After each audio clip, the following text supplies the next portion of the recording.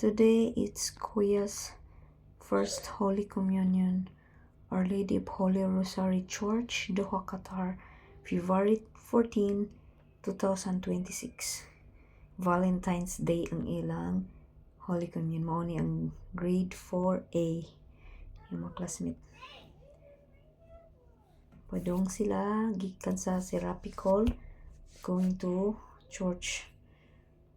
May ubo-ubo man ko ani nga time ni gawas ko. They're going Uy, inside the sila, church. na lang sa kong videos Ano o ilang pictures para sa ganap sa February milestone 14, 2000. Our Lady of Holy Rosary Church, picture maayo Doha, gani kay Qatar. Kumari Si Diyos na ko og video sa taas sa ni Tita Shelo niya. Sa taas sila ani sa simbahan. Very good Ang kay video ni si Josh. Bao sa center. Very good. May ganap sa church. Bao di ay siya. There are Nakuha ang video ni kay 350 okay pagsud na ko ani nga students time, hindi ka nga makasagawas nag-receive og Holy Communion today.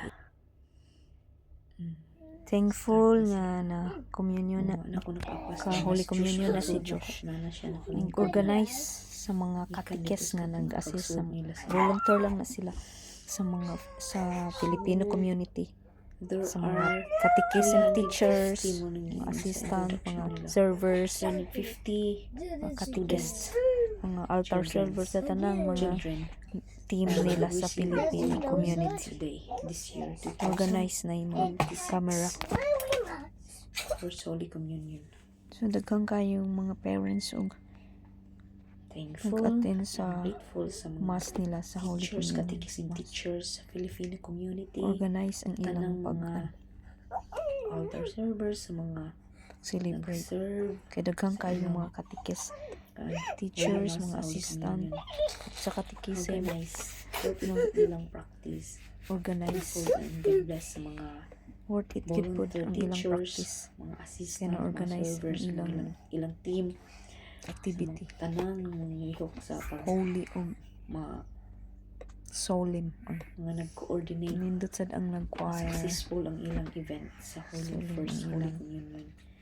Organize. Celebrar sa Holy Communion, first Silang Holy cameraman. Communion. Left and right ilang cameraman kay Our Lady of Holy Rosary 350 Church, Doha, Qatar. students. February Nag-receive 14, sa Holy 2026. Daghan po ang mga nag-attend, mga parents, siblings sa mga bata nag-Holy Communion. Nya duha sad ka breast nya nag celebrant. Ang celebrant nag kay daghan man ng mga bata. Holy Communion. Nagkandol na sila di. Very good among kuya kay naminaw nga kuan solemn ang ilang communion.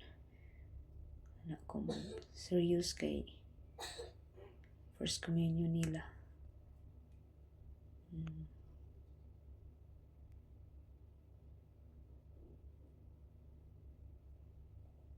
Thank you, Lord. Nag-receive na si Kuya Diyos. First communion niya today. Thankful sad kay timing nga di si Daddy naka-attend. Kompleto me na naka-attend sa iyang first Holy Communion. Milestone niya. Morning akong video tagpi lang nako ni siya. Lisod kayo mga video kaniyan. Pero naana sila yung mga na makareceive na sila picture or soft copy ba siguro sa ilang kung kami uban sa gibayaran nga 150 reals sa ilang katikism.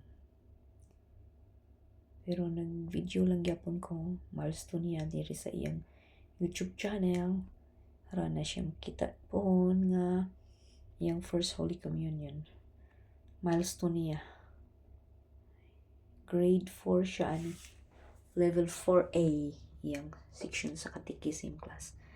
Puhon-puhon kaluyan si Justin ug si Lance akong amo ng idungan. Padungan ni sila kay naka 2 years naman si Lance.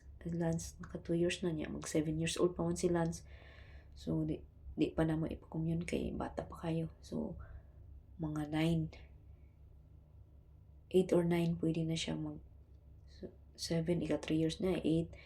So 8, mga 8 pwede 9 years old ipa communion ako siya.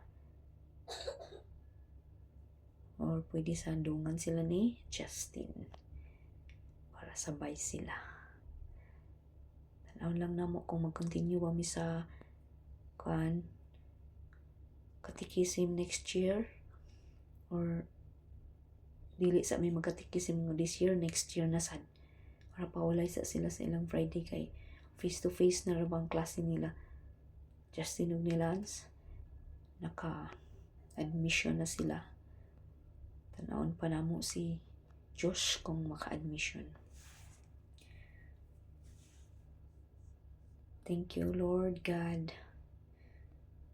Successful ang Holy Communion ni Kuya Josh.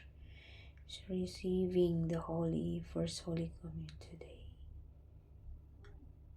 Our Lady of Holy Rosary Church, Doha, Qatar, February 14, 2026. God bless everyone. Muna yung classmates. Kami yung family picture.